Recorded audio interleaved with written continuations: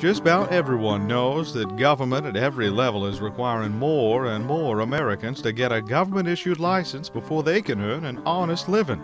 In the 1950s, well, only about 1 in 20 Americans needed the government's blessing to do their job. Today, that number is more than 1 in 3, and government puts all kinds of requirements on would-be entrepreneurs, making it harder for these entrepreneurs to start and grow small businesses. Entrepreneurs like Chuck here. This is Chuck.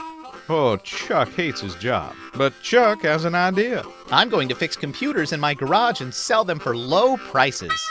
Chuck. My business will create new jobs for my community. Chuck, old boy. And give more young people access to computers. And then once my business really gets going, I can expand into a commercial space and... You live in Milwaukee. So? Actually, in Milwaukee, starting a business in your home means you can't work in your garage, can't have any employees, can't have any signs, and can't take deliveries. What? Unless you come up with the money for a commercial lease right away, you won't be starting your business at all. Well, if Milwaukee won't have me, I am going to start my business somewhere else. That's the spirit. What Los Angeles needs is a good used bookstore. Actually, believe it or not, Los Angeles treats used bookshops like they were strip clubs or gun shops. You'll need a permit from the police to operate. You'll have to be fingerprinted. Anyone who sells you books may need to be fingerprinted too.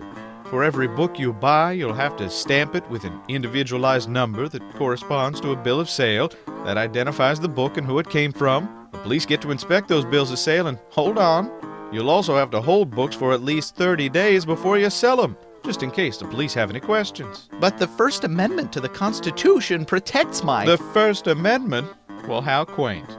And hey, you're not planning on selling that copy of the Constitution to anyone, are you, Chuck? No, for Pete's sake.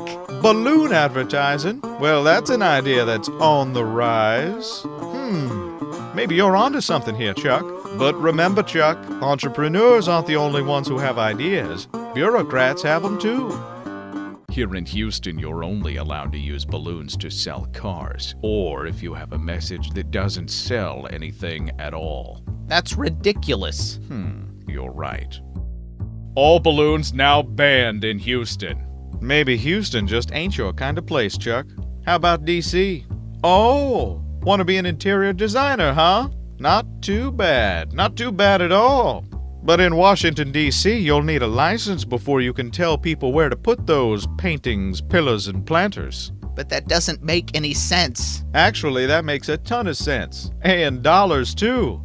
You see, existing interior designers lobbied the city to make all new interior designers, but none of the current ones. Take a test and pay a bunch of money to go into the interior design business. It's a win-win for the industry and the government. Interior designers get to keep out the competition, and government gets to make money.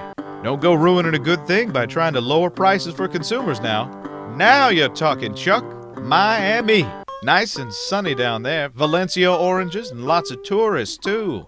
You want to be a street vendor, huh? Well, you just need to get a little old permission slip from the city government. Ready, Chuck? Let's go. Here's all you'll need.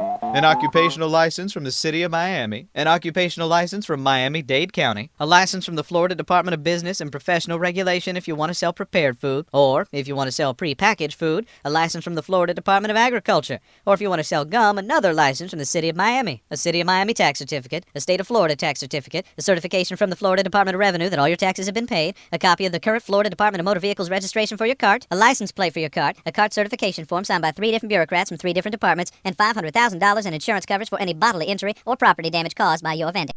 Got all your paperwork together, Chuck? Yes. Great! Now you're entitled to enter the street vendor lottery. If you're lucky enough to win, you'll be allowed to start your business.